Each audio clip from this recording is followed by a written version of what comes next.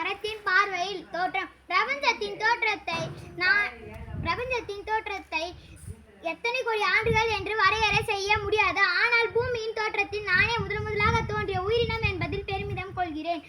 உருவாக்கம். இயற்கையின் கொடைகளில் காற்றும் நீரும் சூரியனும் உயிர்களின் பரிணாம வளர்ச்சிக்கு வித்திட்டது.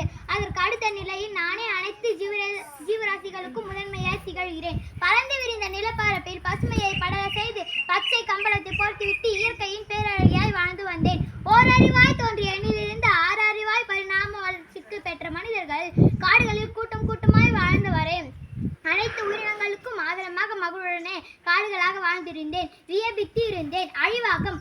நாகரிகம் என்ற பெயரில் மனிதன் தன் குடும்பம் என்று சுயநலத்தோடு என்று வாழத் தொடங்கினானோ அன்றே கொஞ்சம் கொஞ்சமாய் என்னை பயன்படுத்துவதாக நினைத்து அழித்து கொண்டே வந்தான். இறுதியில் மலைகளாக, வீடுகளாக, தொழிற்சாலைகளாக, கனிம வளங்களாக விளைநிலங்களை மாற்றிவிட்டு நாட்டின் வளர்ச்சி என்று பெருவகை அடைந்து வந்தான். தரிசு நிலமாக பொட்டல் காடாக மாற்றிவிட்டதால் விலங்குகளும் பறவைகளும் தங்களின் வாழ்விடங்களை இழந்து உணவிற்கு வழியின்றி தவிக்கின்றன. மேகங்களை குளிர்த்து மழை பொழிவிக்க முடியாமல் பூமியில் தண்ணீர் பஞ்சம் தலைவிரித்து ஆடுகிறது.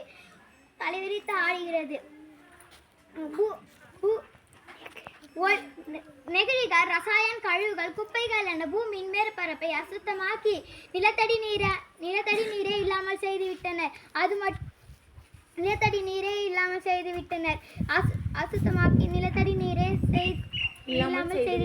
அது மட்டுமா, ஏரி குளங்களையும் அபகரித்து அடுக்குமாடிகளாக்கி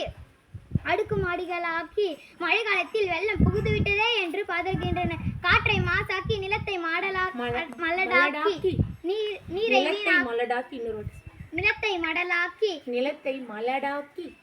மலடாக்கி நீரை வீணாக்கி ஓசோன் படலத்தை ஓட்டையாக்கி வறண்ட பூமியாக மாற்றிவிட்ட மனிதர்களுக்கு ஆறறிவா. உணர்வாக்கம். மழை முதல் மருந்து பொருள் வரை நானாகவே பயன்படுத்துகிறேன் என்பதை தெரிந்திருந்தும் என்னை அழித்து விடாதே மனிதா, என்னை வெட்டி விடாதே. உன் அடுத்த தலைமுறைக்கு செடி கொடிகளை கூட அழகுக்கு பார்க்கக்கூடும், காற்றை கூட விலை கொடுத்து வாங்கக்கூடும். இப்போதாவது சிந்திக்க தொடங்கு. அழகான பூமியை அப்படியே விட்டு செல். ஆரோக்கியமான வாழ்வை அனைத்து உயிரினங்களுக்கும் பகிர்ந்து கொடு. என்னை வாழ விடு, இயற்கையை மகிழ விடு. நன்றி.